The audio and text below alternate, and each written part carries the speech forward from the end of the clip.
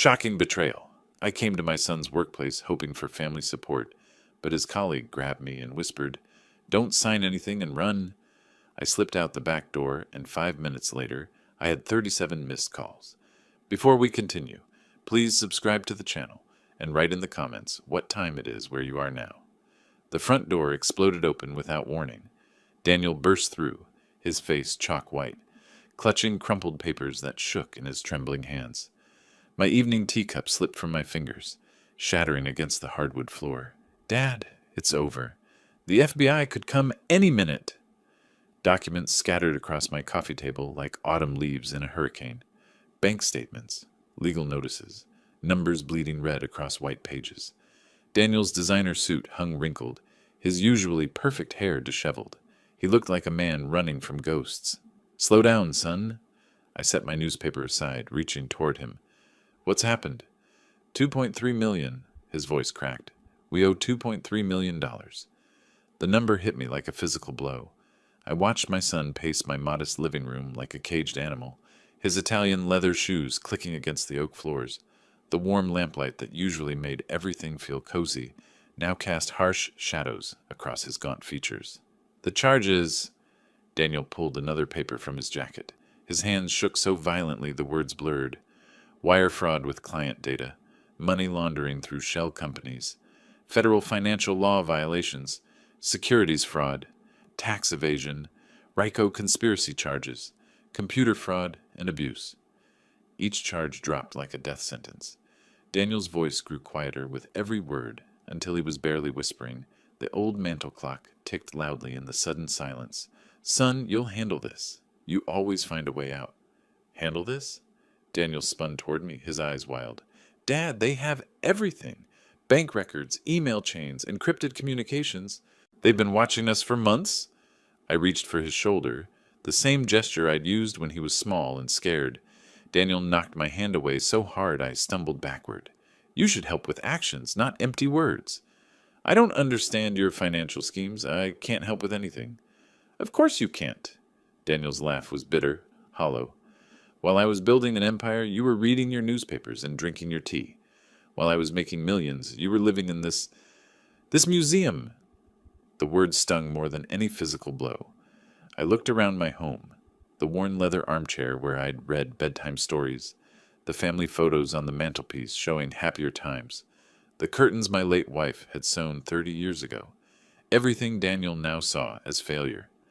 "When I was young, you taught me about honesty, integrity, doing the right thing." Daniel's voice turned cruel. "But honesty doesn't pay rent. Integrity doesn't buy respect. And doing the right thing gets you a government pension and a house that's falling apart." "Daniel, please." "No!" He swept the remaining papers off the table. "I needed a father who understood business, who could help me navigate this world. Instead, I got lectures about character, while my competitors got trust funds and connections." The smell of my cooling coffee filled the air between us. Outside, Chicago's February wind rattled the windows. Daniel stood in the doorway now, his silhouette framed against the hallway light. "Tomorrow morning, I'll fix this myself, the way I've fixed everything else while you sat here feeling righteous about your simple little life." The front door slammed so hard the family photos trembled on their shelves. Through the window, I watched Daniel's BMW speed away, its red taillights disappearing into the winter darkness.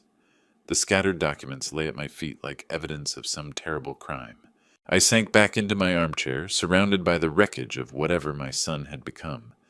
The car engine's sound faded into Chicago's nighttime hum. I bent slowly, my joints protesting, gathering the scattered papers with shaking hands. Bank statements, legal documents, numbers that made no sense to my engineer's mind. The torn edges felt sharp against my calloused fingers. In the kitchen, I made coffee more from habit than desire. The familiar routine, measuring grounds, adding water, pressing the button, helped steady my hands, but my mind kept replaying Daniel's face, that wild desperation I'd never seen before. When did he become so cruel? That boy who dreamed of changing the world. The coffee percolated while I carried a photo album to my study. Dust motes danced in the lamplight as I opened to 2015. There was Daniel at 32, bright-eyed and confident, standing beside his first office door. The Data Secure Solutions sign looked enormous compared to the tiny rented space behind it. "We're going to revolutionize financial data security, Dad," his voice echoed from memory. "Companies lose billions every year to cyber theft. We'll be their guardians." I remembered the smell of new carpet, the sound of boxes being unpacked. Daniel had worked 18-hour days, surviving on pizza and determination. "My son, the entrepreneur," I told neighbors proudly. The next photos showed rapid growth. Bigger offices, more employees, Daniel in business magazines. But somewhere around 2018, something shifted. The photos changed too. Fewer family gatherings, more solo shots of Daniel with clients I didn't recognize. 2020 brought the first suspicious conversation. Daniel had mentioned an offshore client, some complex deal he couldn't explain. When I asked questions, he'd become evasive. "You wouldn't understand the complexity, Dad." That expensive watch appeared around then, the BMW replacing his practical Honda, designer suits replacing off-the-rack shirts. When I asked about the sudden wealth, Daniel just smiled. "Business is good, Dad. Very good." I flipped to Christmas 2018, our last normal holiday. Daniel looked genuinely happy then, carving turkey while telling jokes. What happened to that man? When did success become whatever brought the FBI to his door? The photos blurred as exhaustion crept in. My coffee grew cold while I compared past Daniel with tonight's desperate stranger. The boy who'd once built model bridges in my basement had become someone who spoke of honesty as weakness. Outside, the February wind howled through bare branches. The house settled with familiar creaks. I found myself remembering smaller moments. Daniel's college graduation, his first business award, the pride in his eyes when he'd shown me that initial office. Had I failed him somehow? Should I have understood his world better, supported his ambitions more actively? The engineering principles I'd taught him, precision, integrity, building things that last, seemed quaint in whatever universe he now inhabited. My head grew heavy. The photo album slipped lower on my lap as sleep approached. The last thing I remembered was Daniel's face from that Christmas photo, young and hopeful and nothing like the frightened man who'd stormed out tonight. The phone's shrill ring jolted me awake at 8:45 a.m. My neck ached from sleeping in the chair. The photo album slid to the floor as I fumbled toward the kitchen, confused about time and place. "Dad, come to the office right now!" Daniel's voice exploded through the phone before I could say hello. I pressed the receiver closer, still groggy from my uncomfortable night in the armchair. "What happened? Why such a rush?" "I'll explain on site. The driver's already coming to you." "Driver? Daniel, what?" "Everything gets resolved right now. Just trust me, okay? 10 minutes. The line went dead. I stared at the silent receiver, Daniel's urgency still echoing in my ear. He'd spoken faster than usual, his words tumbling over each other like someone running out of time. In my bedroom, I grabbed clothes quickly. Khakis, a button-down shirt, my warmest jacket. February in Chicago demanded layers. My reflection in the mirror showed an old man with rumpled hair and worried eyes. Someone pulled into events beyond his understanding. Should I call someone? Robert Lewis, my lawyer friend? But Daniel had sounded so certain, so desperate for immediate action. Whatever was happening, waiting seemed impossible. From my front window, I watched the quiet suburban street. Most neighbors were already at work. The Hendersons' house stood dark, the Johnsons' driveway empty. Evanston morning silence surrounded me like a cocoon I was about to leave forever. A black sedan appeared at the corner, moving with purpose down my street. Not Daniel's BMW. This was bigger, more formal, with tinted windows that reflected the overcast sky. Professional, serious. The kind of car that meant business I didn't understand. The engine's low hum grew louder as it approached. My stomach tightened with each second. Daniel had arranged this overnight, which meant he'd planned whatever was coming while I slept, surrounded by scattered documents and fading memories. The car stopped, perfectly aligned with my walkway. No honking, no rushed gestures, just patient waiting. Through the tinted windshield, I could barely make out the driver's silhouette. Everything about the moment felt calculated, official, like stepping into a world where old engineers didn't belong. I checked my pocket for wallet and keys one final time. The familiar weight of my house key felt strangely significant, as if I might not need it again soon. The thought sent ice through my veins. At the front door, I paused with my hand on the knob. Daniel's voice from last night echoed, "Tomorrow morning, I'll fix this myself." Was this his solution? Some plan that required dragging his father into whatever storm he'd created? The February air hit my face like a slap when I opened the door. Chicago winter didn't forgive hesitation. The black sedan waited, engine running, exhaust visible in the cold air, professional, anonymous, patient as death. My feet crunched on the frost-covered walkway. Behind me, my house stood warm and familiar, filled with 40 years of memories. Ahead waited that mysterious car and whatever resolution Daniel had promised. The distance between my front door and the sedan's rear handle felt like crossing into a different world entirely. Cold February air shocked my lungs as I stepped outside. The black sedan waited, engine purring, exhaust visible in the frigid morning. Before I could hesitate further, the passenger door swung open from within. Leather seats embraced me with unexpected warmth. The driver was younger than I'd expected. Military posture, buzzed hair, eyes that had seen things mine never would. His nameplate read, Thomas Clark. "Thomas, what happened with the company?" "Not my business, sir." His voice carried the crisp efficiency of someone following orders. Nothing more. We pulled away from my quiet suburban street. Evanston's tree-lined roads gave way to busier thoroughfares as we approached the Kennedy Expressway. I tried again. "Daniel seemed pretty shaken up last night. Is the situation really that bad?" Thomas adjusted his rearview mirror. "Can't say, sir." The highway stretched ahead, downtown Chicago's skyline growing larger with each passing mile. Glass towers caught the morning light, reflecting a city that never slept. Traffic moved in predictable patterns around us. Commuters heading to jobs I couldn't fathom, living lives that intersected briefly with ours before diverging again. "Been working for Daniel long?" "Not long." Thomas merged smoothly into faster traffic. His hands remained at 10 and 2, professional as a chauffeur in some old movie. I gave up trying to extract conversation. Through tinted windows, I watched Chicago transform from residential neighborhoods to commercial districts. The radio played softly, news reports about weather, traffic, politics that seemed distant from whatever crisis had gripped my son. My watch read 9:15 when downtown's canyon of buildings swallowed us whole.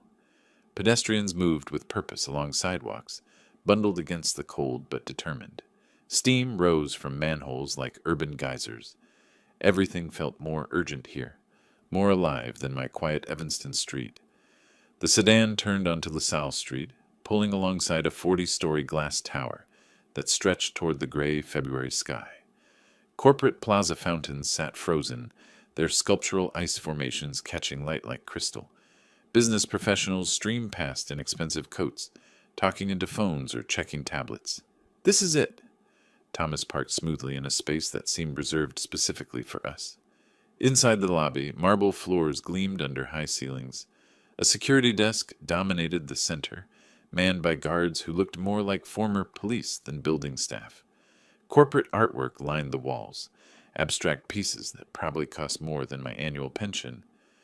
"Mr. Snyder is expecting you in office 2347. The guard handed me a visitor badge without checking identification. He knew who I was. The elevator climbed through floors of corporate America.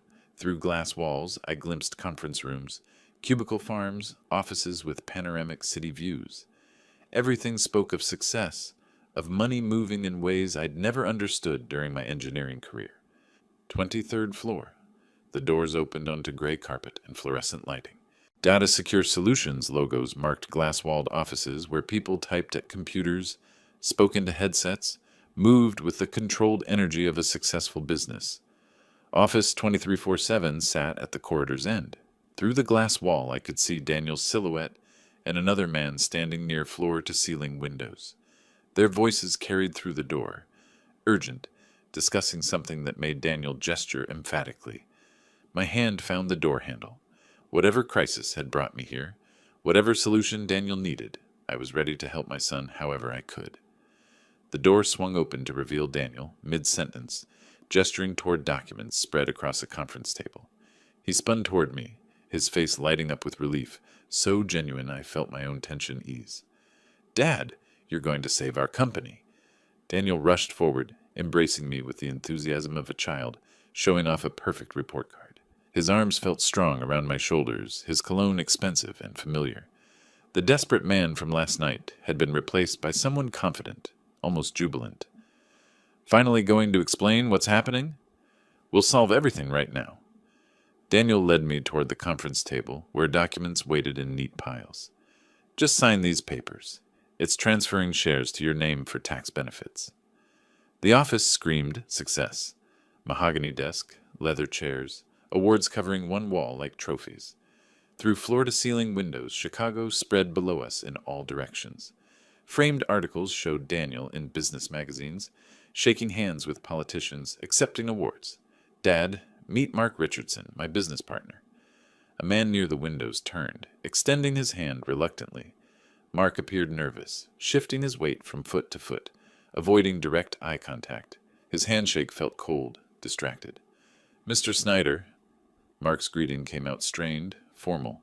"Mark's been helping me restructure the company finances." Daniel positioned me at the conference table. Documents fanned out like playing cards. "These papers will protect our family assets while we resolve the temporary cash flow issues." The legal documents looked official. Corporate letterheads, multiple signature pages, language dense with terms I didn't recognize. Daniel had placed expensive pens at strategic intervals, ready for signing. "This seems complicated for a simple transfer." "Modern business requires modern solutions." Daniel's laugh sounded forced now that I listened closely. "Trust me, Dad. When did I ever steer you wrong?" Mark shifted again near the window, checking his watch. Something about his behavior bothered me. The way he avoided participating in our conversation, the tension in his shoulders, his obvious desire to be anywhere else. I reached for one of the documents, trying to parse legal jargon that might as well have been written in Sanskrit. Phrases like nominal director and personal liability jumped out, but their context remained unclear. A sharp knock interrupted my reading. Emma Wilson, a young woman in professional attire, entered without waiting for permission. "Mr. Snyder, you're urgently needed on the phone." Daniel's confident expression flickered momentarily before recovering. "Can't it wait? We're in the middle of—" "It's about the Michigan Avenue situation," they said immediately. "Of course." Daniel squeezed my shoulder paternal, the loving father helping his family through crisis. "Dad, just look over the papers. I'll be right back. This won't take long." The door closed behind Daniel and Emma, their voices fading down the hallway. Suddenly the office felt different, quieter, more tense. Mark remained by the window, but his posture had changed.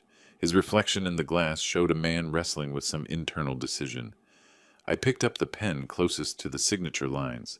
Whatever these documents contained, they would help my son navigate his business crisis. After 40 years of engineering precision, signing papers to support families seemed simple enough. The pen felt heavier than it should have in my fingers. Mark's hand shot out, grabbing my sleeve just as the pen touched paper. "Stop! Don't sign anything! Get out of here!" The urgency in his voice froze my blood. Documents scattered as I jerked backward, the pen clattering to the floor. "What are you saying?" "Your son wants to transfer all debts and criminal responsibility to you." Mark's words tumbled out in a desperate rush. "These documents make you nominal director and personally responsible for $2.3 million in debt." My world tilted sideways. The elegant office, the loving reunion, Daniel's confident embrace, everything suddenly felt like stage props in some elaborate theater. "That's impossible. He's my son." "Right now, FBI is searching another company office. You have maybe 5 minutes to disappear." Mark pointed at the documents with shaking fingers. "Look at page 3. Backdated contracts making you responsible for everything.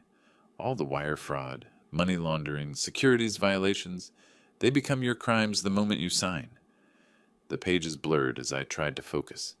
There it was, buried in legal language. Personal liability clauses, financial responsibility transfers, signature lines that would transform me from retired engineer to federal criminal. "He planned this." The words came out as barely a whisper. "My own son planned to destroy me." Daniel's been setting this up for months. The company crisis, the desperate phone call bringing you here, all of it choreographed? Mark glanced toward the door nervously. He could come back any second. My hands shook as I pulled out my smartphone, photographing page after page. The camera captured corporate letterheads, backdated signatures, clauses that would have made me liable for crimes I'd never heard of until yesterday. Why are you helping me? Because I can't watch an innocent man get framed. Mark moved toward the door, listening for footsteps, even if it cost me everything. What happens when Daniel realizes? We worry about that later. Right now, you need to disappear before FBI locks down this building. Mark led me through a side door I hadn't noticed, into service corridors that smelled of industrial cleaning supplies. Emergency lighting cast harsh shadows on concrete walls. Our footsteps echoed in the narrow space. Service elevator to parking garage, exit on State Street, not LaSalle. 23 floors of service stairs stretched below us. My legs, already weak with shock, protested each step. Metal railings felt cold under my grip. Mark stayed close, occasionally checking his phone for messages. Daniel will know you helped me. Maybe, but I'll deal with that consequences. Mark's voice carried grim determination. What I can't deal with is staying silent while he destroys his own father. 15 floors. 10. My breathing grew labored, sweat mixing with February cold from the stairwell. Each step took me further from the trap Daniel had prepared, closer to whatever came next. If you need testimony, evidence, anything, call me. Mark pressed a business card into my hand. But be careful. Daniel's not finished with you yet. 5 floors. 3. The parking garage level appeared through a door marked emergency exit only. Mark hesitated at the threshold. I have to go back. If Daniel suspects... Thank you. The words felt inadequate for what he'd risked. I won't forget this. Just stay alive, Mr. Snyder. That's thanks enough. State Street's cold air hit my face like freedom itself. Pedestrians moved around me, oblivious to the trap I'd just escaped. Behind me, the glass tower stretched toward gray sky, holding secrets that could have destroyed everything I'd built in 68 years of honest living. My phone buzzed. 37 missed calls from Daniel. He knew I'd escaped. State Street's cold air burned my lungs as I stumbled away from the building, legs still shaking from 23 floors of concrete stairs.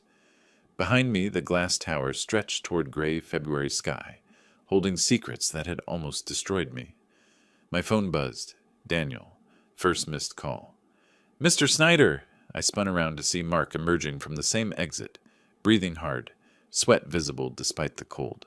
He glanced nervously at the building behind us, then grabbed my elbow. Take these stairs to the basement. There's an exit to State Street. What about you? I need to go back so he won't suspect. Mark's military bearing couldn't hide his fear. Daniel will realize you're gone in minutes, maybe less. My phone vibrated again. Call number 2. How long has this been planned? The question came out broken, defeated. Months, maybe longer. Mark checked his watch, then the building entrance. Those documents were prepared specifically for you. Backdated signatures, financial transfers, everything designed to make you look like the mastermind. The weight of betrayal pressed against my chest like a physical force. While I'd been worrying about my son's business troubles, he'd been constructing an elaborate trap designed to destroy me. Get to a lawyer. You have the evidence. Mark pressed a business card into my trembling hand. His personal cell number was written on the back in blue ink. Will you be safe? Safer than you right now. His laugh held no humor. Daniel's desperate. He'll try everything. Guilt, threats, manipulation. Don't answer his calls. Phone call 3, 4. The vibrations felt like electric shocks against my leg. If this goes to court, I'll testify. I'll tell them everything I know about the document preparation, the timeline, his intentions. Mark's voice carried the weight of a man who'd made an irreversible decision. 10 years building this partnership, and I'm throwing it away for someone I barely know. Why? Because my daughter is 7 years old, and someday I want to look her in the eye and know I did the right thing when it mattered. Downtown Chicago flowed around us, business suits hurrying past, taxi horns, the urban symphony of a city that never paused for individual tragedies. We were just 2 men having a conversation on a sidewalk, invisible among millions. Call 5, 6, 7. He's panicking. Mark nodded toward my vibrating phone. That's good. Panic makes people make mistakes. What kind of mistakes? The kind that help prosecutors build cases. Mark extended his hand for a final handshake. Remember, you escaped because you had help from someone inside his own company. That means something to judges and juries. I watched Mark disappear back into the building through a different entrance, probably explaining his absence with some fabricated errand. The glass doors swallowed him like a mouth closing, leaving me alone on State Street with a phone that wouldn't stop buzzing.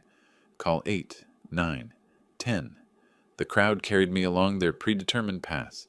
People with jobs to reach, meetings to attend, lives that made sense. I felt like a ghost drifting through their solid world, carrying evidence of crimes I still couldn't fully comprehend. By call 15, my hands shook so badly I could barely hold the phone. By call 20, I switched it to silent mode, watching the screen light up repeatedly like a beacon of my son's desperation. The taxi stand sat 2 blocks away. Behind me, the office building grew smaller, but never disappeared entirely. Somewhere in that tower, Daniel was discovering that his carefully planned trap had failed, that his father had escaped with evidence that could destroy him instead. Call 25, 26. The screen showed Daniel's son with mechanical persistence. My finger hovered over the decline button as Daniel's son glowed accusingly on the screen. Call 27. I pressed decline and immediately another call came through. 28. The relentless pattern had become a form of psychological torture. Taxi! A yellow cab pulled to the curb, its driver looking at me with professional concern. My hands shook as I fumbled with the door handle, the morning's adrenaline finally catching up with my 68-year-old body. Where to? 150 LaSalle Street, and faster, please. You okay, sir? You look shaken up. Call 29, 30. The phone lit up silently in my lap, like some sort of electronic heartbeat. Family troubles, the understatement of the century. Chicago's morning traffic moved with stubborn slowness through downtown streets. Each red light felt like an eternity, each delay another opportunity for Daniel to track me down.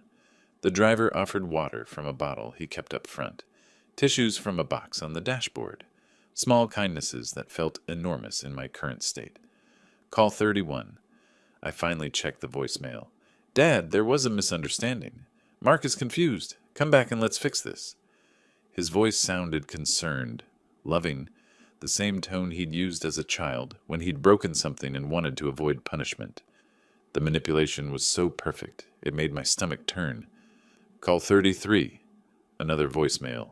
You're making a huge mistake. Those documents aren't what he told you. Now desperation crept into his voice, the careful control beginning to crack. Through the taxi's windows, I watched Chicago neighborhoods pass like scenes from someone else's life. The engineering firm where I'd worked for 30 years. The restaurant where Daniel and I had celebrated his first business contract. The park where I'd taught him to throw a baseball. Every landmark now contaminated by the knowledge of what he'd become. Call 35. Voicemail again. I'm your son. How can you believe a stranger over family? The hypocrisy was breathtaking. He'd planned to frame his own father for federal crimes, then had the audacity to question my loyalty to family. I pulled out the phone photos of the documents, studying them during traffic delays. Even without legal training, I could see my name scattered throughout multiple pages, signature lines prepared specifically for me, dates that would make me appear involved in decisions I'd never heard of. You have no idea what kind of trouble you're creating for both of us. Call 37 carried a different tone entirely. The mask was slipping. Beneath the false concern and manipulation lay something colder, more calculating. This was the voice of someone who'd spent months planning my destruction, frustrated that his target had escaped. The taxi turned onto LaSalle Street, approaching the address Robert Lewis had given me years ago when he'd started at his own practice. A modest building compared to Daniel's corporate tower, but it represented something Daniel's world had forgotten entirely. Honest work for honest pay. This is it, I paid the driver, adding a generous tip for his patience and concern. Take care of yourself, sir. Whatever's happening, I hope it works out. Call 37 had been the last one. My phone finally fell silent as I stood before the law office building, looking up at windows that promised sanctuary from the electronic harassment. 37 calls in 90 minutes. Mathematical proof of Daniel's desperation.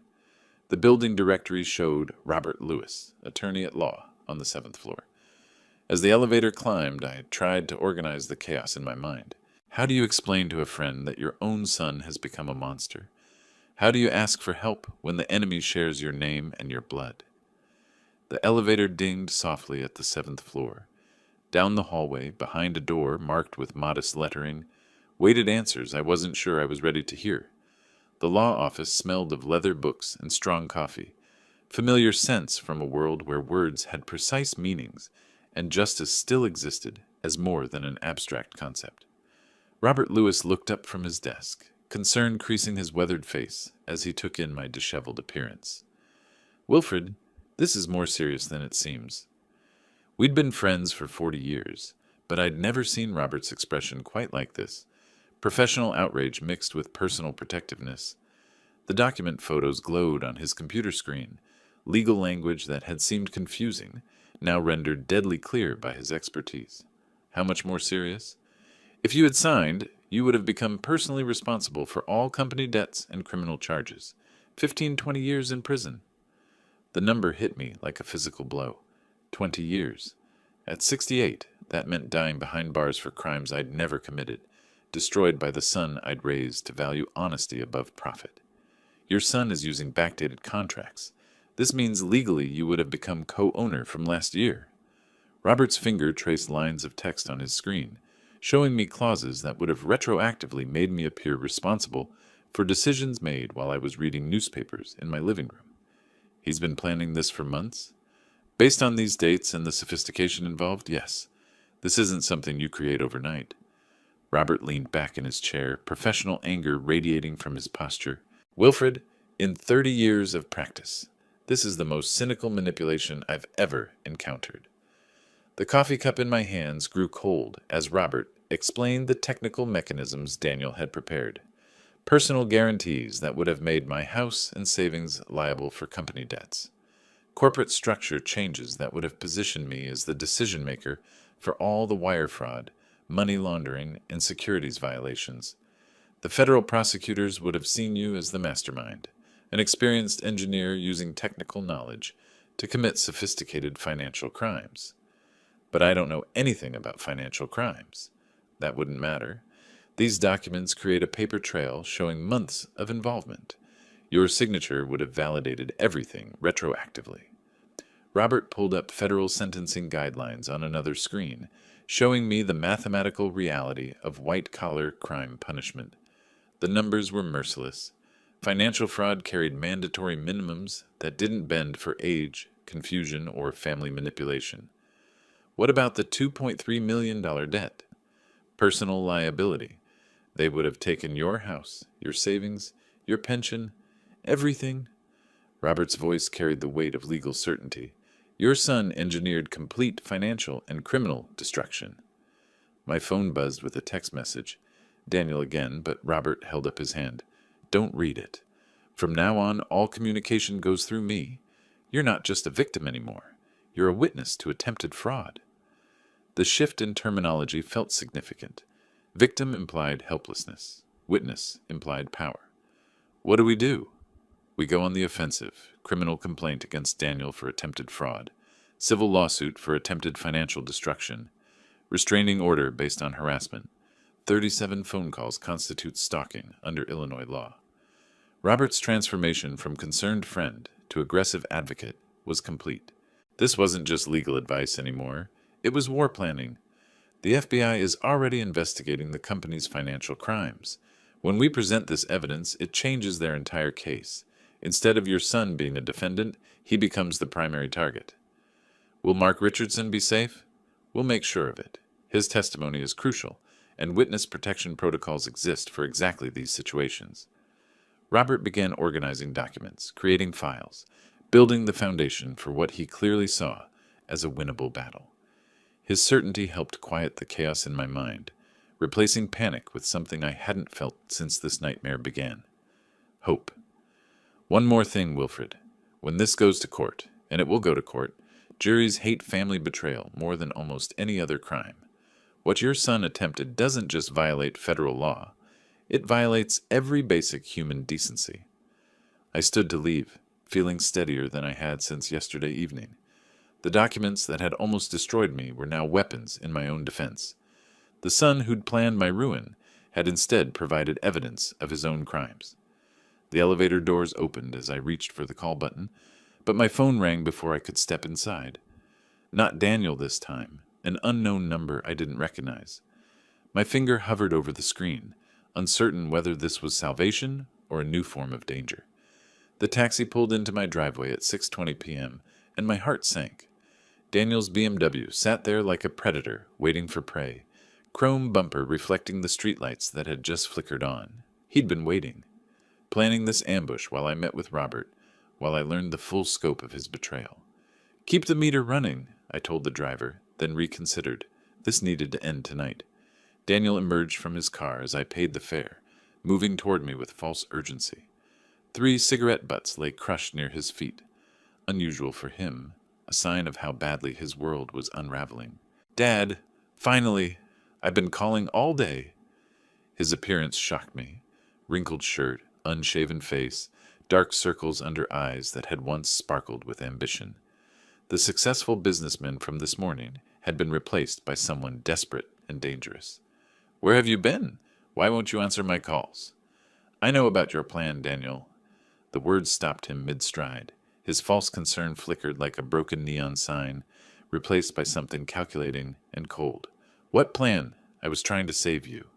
"Save me?" My voice carried the strength Robert's consultation had given me. "You wanted to make me your scapegoat. That's not. Mark doesn't understand business. He's lying to you." Daniel's panic leaked through his attempted control. "I'm your son. How can you believe strangers over me?" Neighbors' curtains twitched in nearby windows. The Henderson family across the street pretended to check their mailbox while obviously listening. Our family destruction was becoming suburban entertainment. 15 to 20 years in prison, Daniel. That's what you planned for me. His face went white. The specific knowledge meant I'd talked to lawyers, meant his manipulation had completely failed.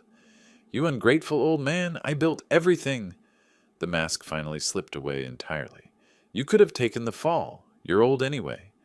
The son I raised is gone. I don't know who you are." Daniel's fist slammed into his BMW's hood, denting the expensive metal. The sound echoed through the quiet suburban evening like a gunshot. "You think you're so righteous?" His voice rose to a shout that carried to every house on the block. "You lived your small, pathetic life while I created an empire. And when I needed help, what did you do? Nothing. I raised you to be honest, to build things that last, to care about people more than profit." "Honesty?" Daniel laughed, a sound devoid of any warmth. "Honesty gets you a pension and a falling-apart house in Evanston. I chose success. You chose to destroy your own father." The words hung in the cold February air between us. Behind those words lay 37 phone calls, months of planning, documents designed to steal my freedom and my life. Behind them lay every loving moment we'd shared, now revealed as preparation for ultimate betrayal. "I don't need a father who won't help his own son." Daniel's voice cracked with rage and desperation. "You want to play victim? Fine. Play victim in court. Play victim to your lawyer friends. But don't expect me to pretend I still care. I never expected you to care. Not after this morning." Daniel moved toward his car, then spun back for one final blow. "Forget the word dad. To me, you're just Wilfred now." The BMW's engine roared to life with unnecessary aggression. Tires screeched against asphalt as Daniel reversed out of my driveway, leaving black marks on concrete I'd sealed myself last spring. The sound faded into Chicago's urban hum, carrying with it the last remnants of whatever relationship we'd once had. I stood alone in my driveway, house key in my trembling hand, surrounded by the wreckage of a family that had taken 42 years to build and one morning to destroy completely. The front door felt heavier than usual as I pushed it open and stepped into the sanctuary of my own home. The months between February and May moved with the grinding pace of federal justice. FBI completed their investigation, finding even more financial irregularities than initially discovered. I testified twice before grand juries, worked closely with Robert on legal strategy, and watched from a distance as Daniel's world crumbled. His company collapsed, his assets were frozen, and his former business associates distanced themselves like he carried a contagious disease.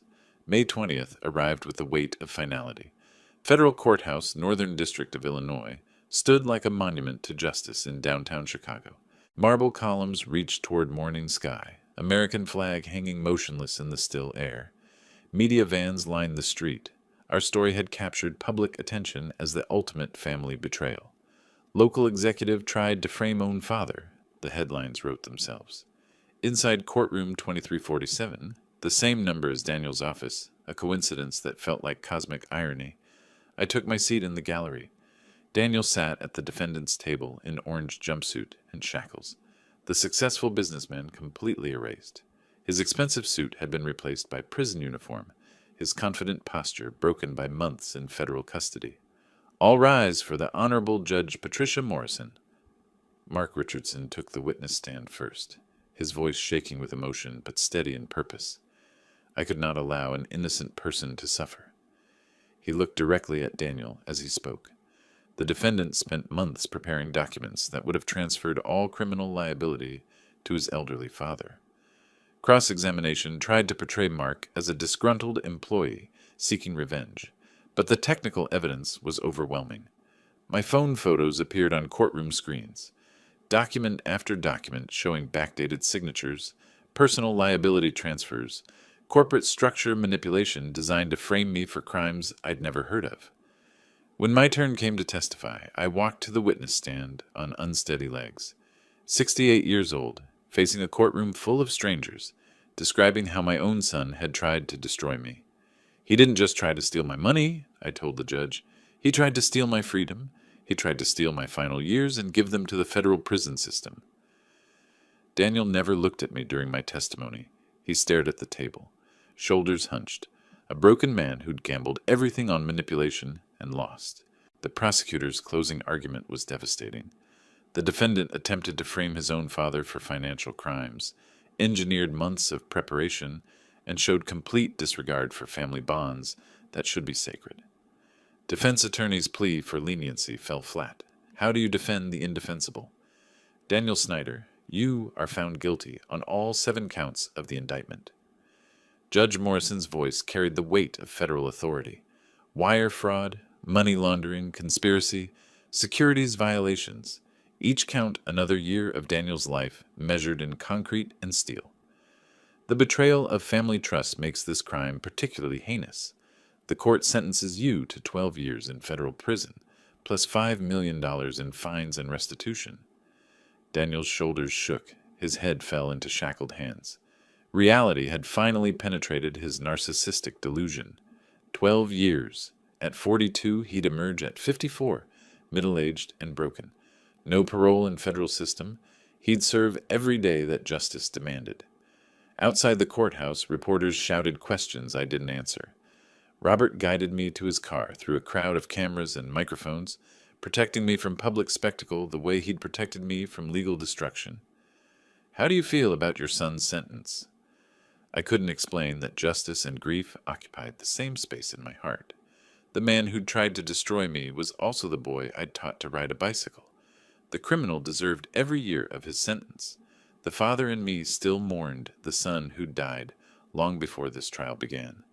As we drove away from downtown Chicago toward Evanston, I looked back at the federal courthouse one final time, then faced forward toward whatever came next. The months after the trial were a blur of practical decisions. I put the Evanston house on the market in June. Too many painful memories in every room. By July, I'd found a small lakeside cottage in Madison, Wisconsin, far enough from Chicago to feel like a new world, close enough for Robert to visit. The moving trucks came on a sweltering August morning, carrying 40 years of accumulated life toward an uncertain future. Now, 15 days later, I stood on my new deck, watching sunrise paint Lake Mendota in shades of gold and amber.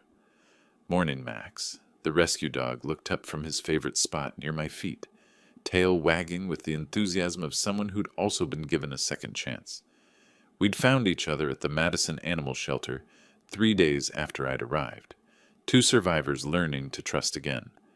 Coffee steamed in the morning air as I settled into the wooden chair I'd bought from a local craftsman. Simple furniture for a simpler life. The cottage was modest, 2 bedrooms, small kitchen, living room with fieldstone fireplace, but every inch felt like freedom. Madison mornings were quiet in ways Chicago never was.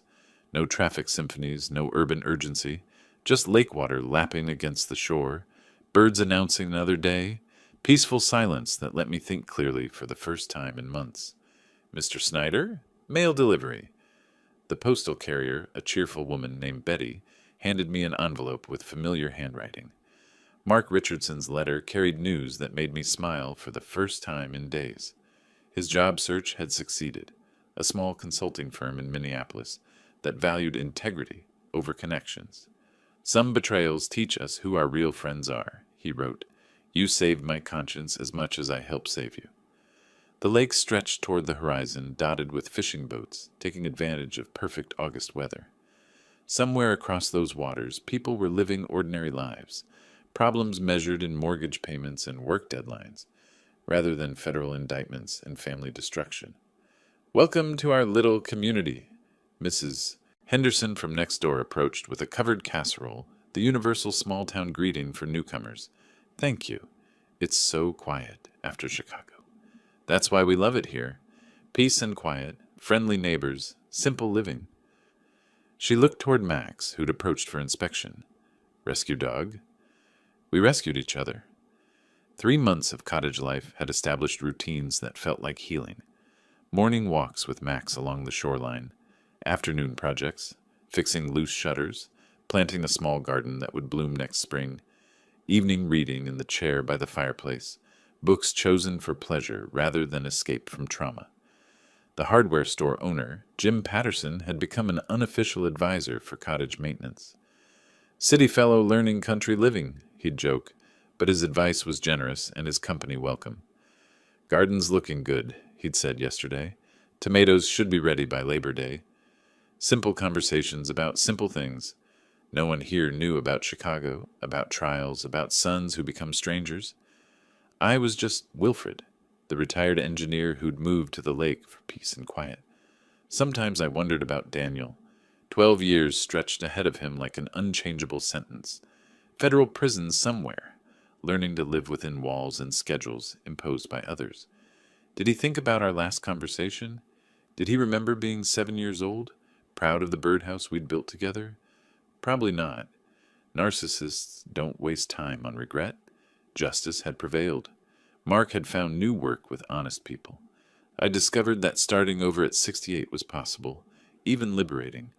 The money from the house sale provided modest security. Robert visited monthly, bringing legal updates and old friendship. Max stretched in the morning sun, then padded toward the cottage for breakfast. Simple needs, easily satisfied. We'd both learned that love didn't require blood relations. Sometimes chosen family proved more reliable than genetic accidents. Standing to follow him inside, I looked across Lake Mendota toward the future. At 68, I discovered I was stronger than I knew. Sometimes the greatest gift of betrayal is learning who you really are when everything else falls away. Behind me, the sunrise painted the cottage in warm light. Ahead, whatever came next waited with the patience of lake water against the shore. If you like this story, please like this video, subscribe to the channel, and share your impressions of this story in the comments. To listen to the next story, click on the box on the left. Thank you for watching.